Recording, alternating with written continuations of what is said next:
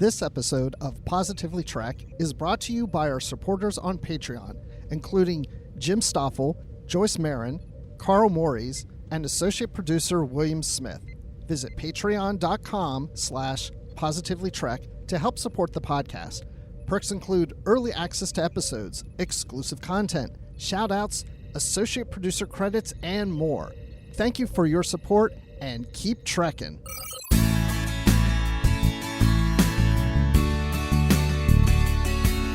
Hey folks, thank you so much for downloading episode 97 of Positively Trek. We are your home for positive Star Trek news. I'm Dan Gunther. With me, of course, is Bruce Gibson. Bruce, how's it going today? Today I'm doing well, but tomorrow I probably won't be. Why's that? Because I did a really bad thing. I bought one of those big tubs of Utz cheese balls. And I'm keeping them here in my room. And I can't help but look at them all the time, which means by tomorrow, I'll probably have a tummy ache. Oh, no. Well, tomorrow will be your cheese ball day, but today is our Star Trek day. So we're here to talk about all of the news from the Star Trek universe from the past week, of course. Bruce, I've got to ask to kind of jump into our first story here. And I got to say, it's a little bit light on news this week, but we do have some interesting things, some new items that are coming for sale to collect. We have some new books on the way. We have Jonathan Frakes and Armin Shimmerman joining forces for a cause that they believe in, and even a city honoring a Star Trek alumni, which is pretty cool. So first of all, Bruce, Funko Pops, do you collect those? I do not. And it's funny that we're going to talk about this because doing the Star Wars Report podcast, this comes up probably every 3 months. We have a whole conversation about Funko Pops as new ones come out. So I don't have a collection, but I have 3 that are Star Wars that people have given me as gifts. I have bought Funko Pops for other people, but I've never bought for me. So I don't have any Star Trek ones. Yeah, I've got a few Star Trek ones. And again, they're ones that people have bought for me as well. They're not something that I collect. And yeah, Star Trek Funko Pops are generally, there are a lot fewer of them than Star Wars. Star Wars really seems to kind of corner the market on that. I have 3 from Star Trek Beyond were the ones that I have. And Mirror Universe Spock from a few years ago as well, somewhere. I think that one's still in its box. Speaking of Mirror Universe, we've got a bunch of new Funko Pops coming from the Star Trek universe, and a bunch of them are themed around the Mirror Universe, including a new Mirror Universe Spock to replace the one that I've never even opened. So what's the difference between the two? Well, I'm looking at the pictures, and I didn't go dig mine out, but I found pictures of the older version, and it's kind of, they're a little bit different as far as coloring and paint job, and the pose is a bit different as well. So the Mirror Universe Spock from a few years ago has his phaser kind of up in the air a little bit, pointed. This one has it kind of closer to his chest and pointed forward. And yeah, the paint application looks a little different as well. I kind of like the new one. I think the colors are a little bit better. So this goes back to why I do not, or I wouldn't want to collect Funko Pops, because there are so many and they keep coming out with some. I find it interesting that they're releasing Mirror Universe Funko Pops when they've already done these before, or at least the Mirror Spock one before. At least Mirror Spock, yeah. There are a bunch that, as far as I know, have never been done before, though. So the full lineup here, we've got another wave of 8 of them. So that includes Mirror Kirk, Mirror Spock, Mirror Sulu, Mirror Uhura, Captain Kirk in the command chair. We have Khan, and my personal favorite here, the Gorn. If I'm going to get any of these, it's going to be that one. And then there's a special exclusive chase figure that is only available at Funko.com, and it's Spock with the cat, Isis, from Assignment Earth. Okay, I was wondering if that was Isis, because it didn't say, did it? I was just like, he's holding a cat. I assume it's Isis? I assume it's just Mr. Spock with cat, but, you know, it looks like Isis. You know, maybe Spock had a pet cat that we didn't know about. I mean, he had a half-brother we didn't know about for a long time. That's true. He had an That's adopted true. sister we didn't know about for a long time. He could have had tons of pets for all we know. Yeah, just a whole menagerie of cats and dogs and whatever else the story needs. He's just got squirreled away in his quarters there. I can see him being a cat person, because they're kind of cool and collective like he is. Mm-hmm. I don't see Yeah. him with a dog barking. Like, that's not Spock. Oh, no. He would have a very logical, well-behaved dog if he did have a dog. Exactly. Because dogs are logical, They can be. Yes. Well, so I do like the Gorn too. I think the Gorn is cool because it really looks like the Gorn from TOS, they all look like that, but it's just the Gorn has that, cartoonish kind of look to them that I kind of like, which is cool. Mm-hmm. And just to clarify on the Khan, this is the Khan from Space Seed, not from the Wrath of Khan. Yes, that's right. But I almost want to get the Mir, Uhura, and Sulu so they can fight it out together. Like, I would have them fight, and have him come on to her and her slap him and say, "Get away from me," because she's got her knife. They both have knives. Mm-hmm. Yeah, they both have their knives out. I really love the designs on these. And, Funko Pops, they're simplistic, but at the same time, the amount of detail they manage to get into them is pretty impressive. Like, Sulu's got all of his little badges on his uniform and the sash and the little knife out. And he's even holding the point of the knife, the tip. And he's got his trademark scar down the side of his face. And Uhura, same thing, the little metal band around her arm and all the little details, even her painted fingernails. That kind of amazes me. They get down to that minute detail. And it's cool too because the heads don't have a lot of detail, but you can look at them and know who they are. Mm-hmm. There's just those big round eyes. Don't give you a whole lot of character to go with. But you can look at them and go, oh, okay, that's Sulu, that's Uhura, that's Kirk. It's so simple, yet it's so defined too. Yeah, absolutely. Well, these are pretty cool. They're coming in June of this year, of 2021. They can be pre-ordered for $10.99 each on Entertainment Earth. I don't know. I'm still not really a collector of these, but these definitely did turn my head a bit. They're pretty cool looking. Turned your head? When you mean it didn't wobble your head a bit?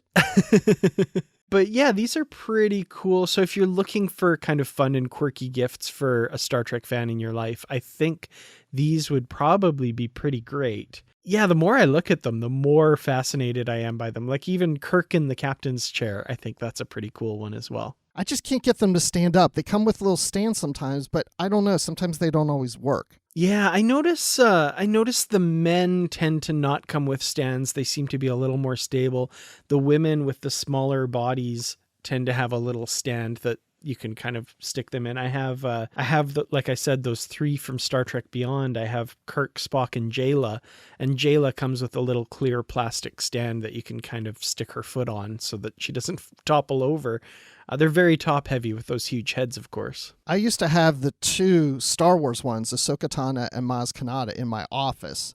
And Ahsoka pretty much, I think she was on a stand and she did fine. But even with the stand, Maz Kanata was always falling over. And I figured people would be like, oh, your little character's, falling down. And I'd be like, well, she runs a bar, so she's probably passed out drunk. Yeah, she was imbibing a little bit. Yeah. Got to infuse the character into the figure. Absolutely. And to your point, I love what you said, from these very simplistic faces, you can really see the characters. William Shatner is one of the hardest people to be able to do a figure or something of, because it's hard to get his likeness right. But yet somehow this Funko Pop with just these very limited features, it looks so much like William Shatner's Kirk. And they focus in on a few specific traits to really bring that out. And for Kirk, I think it's his little hair sweep and his eyebrows that really do it. So before we started the show, you showed me your Star Trek Beyond Spock. Okay. Mm-hmm. And now we have this Mir Spock and this original series Spock holding Isis the cat. But this ad that I see shows the Spock from Beyond, and I'm like, are the faces identical? And they're not. The only difference I see between the two is that the TOS Spock has this little blue eyeshadow Mm-hmm. over his eyes where the Beyond one doesn't. Yeah, pretty much, other than the uniform they're wearing and stuff. That's the main difference, it looks like. Yeah, and I'm just talking about the face, because they could have just used the same head, but the detail is just that eyeshadow. It makes the difference in the faces. Yeah, I think that the sideburns might be different too. Ooh, yeah. Who has the longer sideburns? It looks like the TOS one has like very pointy sideburns, and the Beyond one has them a little bit more squared away, I think. We should do a Funko Pop podcast where we just really analyze each and every new release. I think that would be kind of fun. We could do a podcast that's about sideburns, and we analyze everybody's sideburns and all the different series. There you go. Yeah. That's something that I don't know if you listen to Garrett Wong and Robert Duncan McNeil's podcast, where they review old episodes of Star Trek Voyager one at a time. There's a surprising amount of talk given to the sideburns that they had to wear, and in most cases had them applied by the hair and makeup people to conform to that pointy Starfleet sideburn look. Yeah, isn't the Spock on Discovery, isn't his sideburns pretty long? I think so, yeah. They're a little bigger, yeah. Maybe they'll adjust over time. Just like a little sideburn adjuster. You know, he brings it up every few months to align with later canon. Number one's like, Spock, you look different. I shaved the beard and I shortened the sideburns. I shortened the sideburns by 0.02 millimeters. Well, the next bit of Star Trek product news that we want to talk about are a couple of new Star Trek books coming from Rob Perlman. And Rob Perlman's kind of known as an author who writes quirky books, kind of fun. He's not one of the novelists or anything like that. He writes these kind of fun little side books that offer a unique and different perspective on the Star Trek universe. And we do have a couple of new ones that have been announced from him. So first of all, we have Starfleet is celebrating the Federation's ideals. And this looks kind of interesting. It's a fairly simplistic book, but it's a little bit all about like what Starfleet is and the values that they espouse and stuff. And it's mainly visual, like it's very illustrated with photographs and stuff. It's almost like a picture book from the examples they're showing in here. So one page says Starfleet is, and then sometimes the opposite page says what it is, like Starfleet is family. Sometimes it's on the same page. Starfleet is friendship on the same page. But it does just, to me, look like a picture book of just different scenes from the series and movies. But there's this 2-pager that shows like all these starships all crammed in together. And it says Starfleet is forceful. And I just love like just staring at all these different ships. I almost would get the book just for that. Yeah, it's a gorgeous picture. I know they used like half of that picture, the middle bit of it, for the cover of one of the Ships of the Line calendars a few years ago. It's beautiful, showing all the Federation starships and shuttles and everything just kind of crammed into this big spread. It's really beautiful. All CGI, of course. Gorgeous. But I would say, not having seen the whole book, I would say that you could probably read this book in 5 minutes. Yeah, it's definitely more one to kind of admire for the visuals and that kind of thing, I think. Yeah, so we'll have to see if Rob wants to come on and talk about this book when it comes out, because he had his exercise book out last year. Yeah, his book Body by Starfleet, a fitness guide. That was a lot of fun. I actually really enjoyed that book. I need to enjoy the book because now that I have these cheese balls, I need to work off the weight. So I need to exercise and eat my cheese balls just to keep things evened out in my weight. So I don't want to gain anything. So yeah, I need to get that book out. Yeah, for sure. Well, there's another book coming from him as well, and we don't have images from this one, but we do have kind of a back cover blurb, and this one sounds interesting. It's Star Trek Discovery, The Book of Grudge, and then in small print under that, Books Cat from Star Trek Discovery.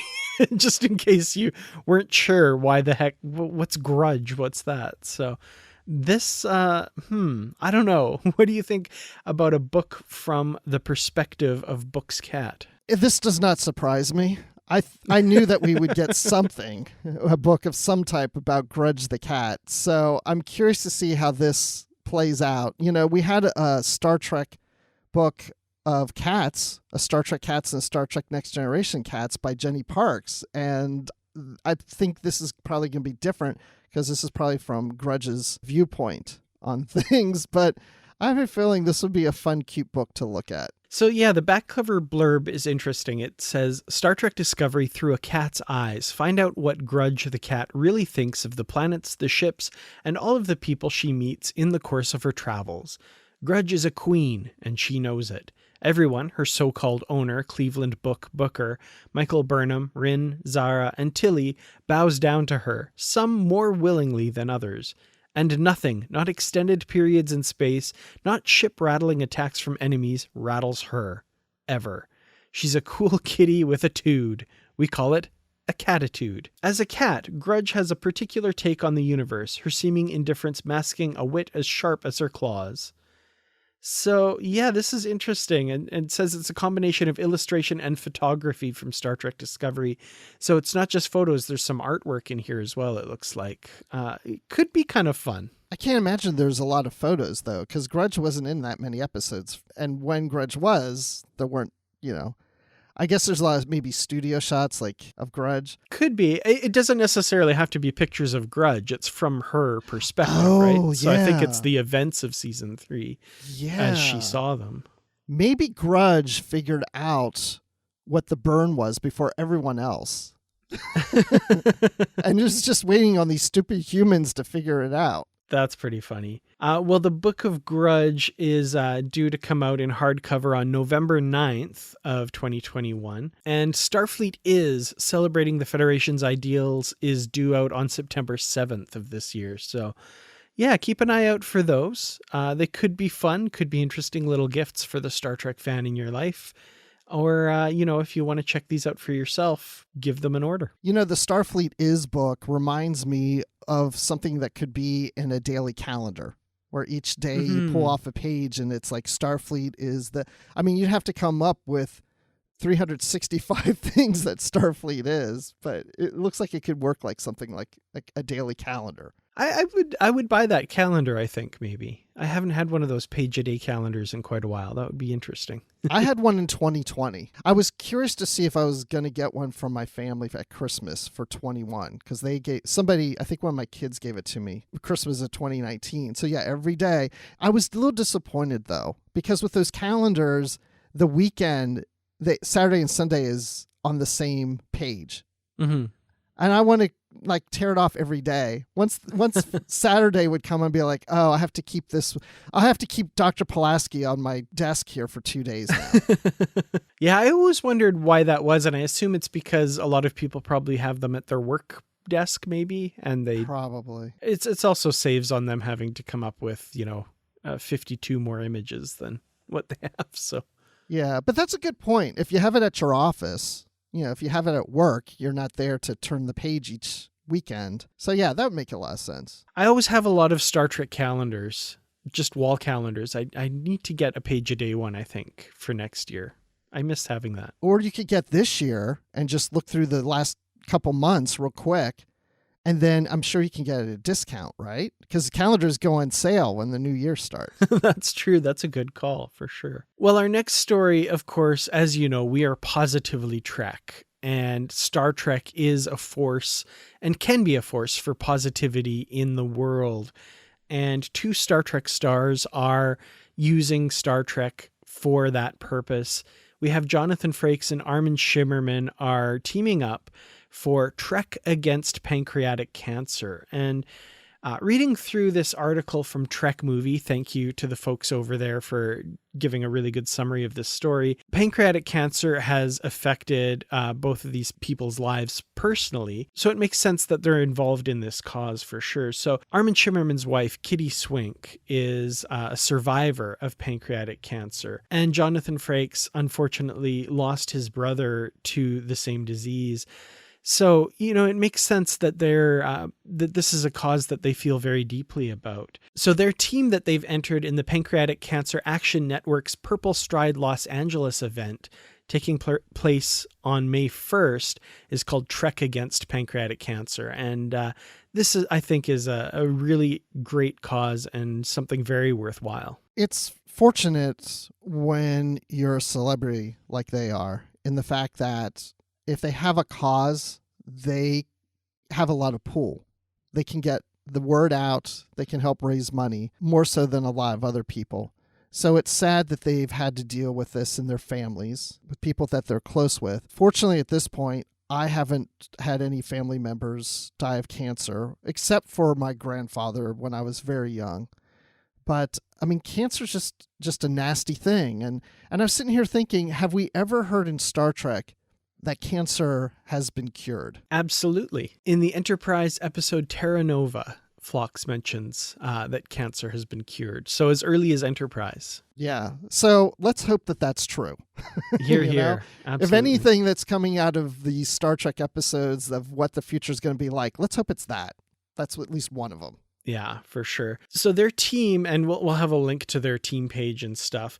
Their team is looking to raise $50,000 for the fight against pancreatic cancer. And I was thinking while reading this, you know, the Voyager documentary has raised almost $1 million for a documentary about Star Trek Voyager. And I'm not faulting that. I think that's great. You know, that's awesome. But if we can raise that much for a documentary, I think we can help pancreatic cancer research this team get $50,000. I think that's eminently doable. And I will, as I said, have a link to the donation page in the show notes. So I urge everyone to check this out. And if you feel it's a worthy cause and you feel like you can give, I would say this is definitely a worthy cause to give to. So yeah, I'm on their page right now. And today is Sunday, March 21st in the morning.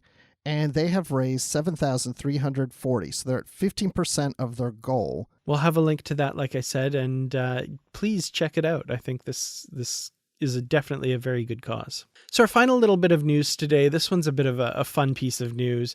The city of Boston, Massachusetts is paying tribute to one of their, and I'm quoting from this Trek movie article, one of their favorite sons on what would have been his 90th birthday. So Leonard Nimoy originally hails from Boston, Massachusetts, and the city of Boston has decided to declare March 26th Leonard Nimoy Day. So March 26th was, of course, Leonard Nimoy's birthday, and he would have been 90 this year. So I think this is a wonderful tribute by the city of Boston to one of the biggest names in Star Trek and one of the biggest influences on, you know, me becoming a Star Trek fan, for one thing, and the character of Spock and what he's meant to millions of Star Trek fans all over the world. And we talked just a few months ago about the Vulcan salute hand being a statue in Boston that is going to be erected there. And so Boston loves their Leonard Nimoy.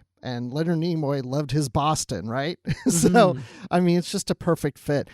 I love that he's been gone for a while now, and they haven't forgotten about him. That, you know, I wouldn't just expect that all of a sudden there'd be a Leonard Nimoy Day right now because, you know, you're not really hearing him in the headlines or anything like that. So they still remember him and they're still recognizing him. And I think that's great. Yeah, I think it's wonderful. Like I said, you know, Leonard Nimoy, of course, has meant so much to so many people. And it's lovely to get this tribute, you know.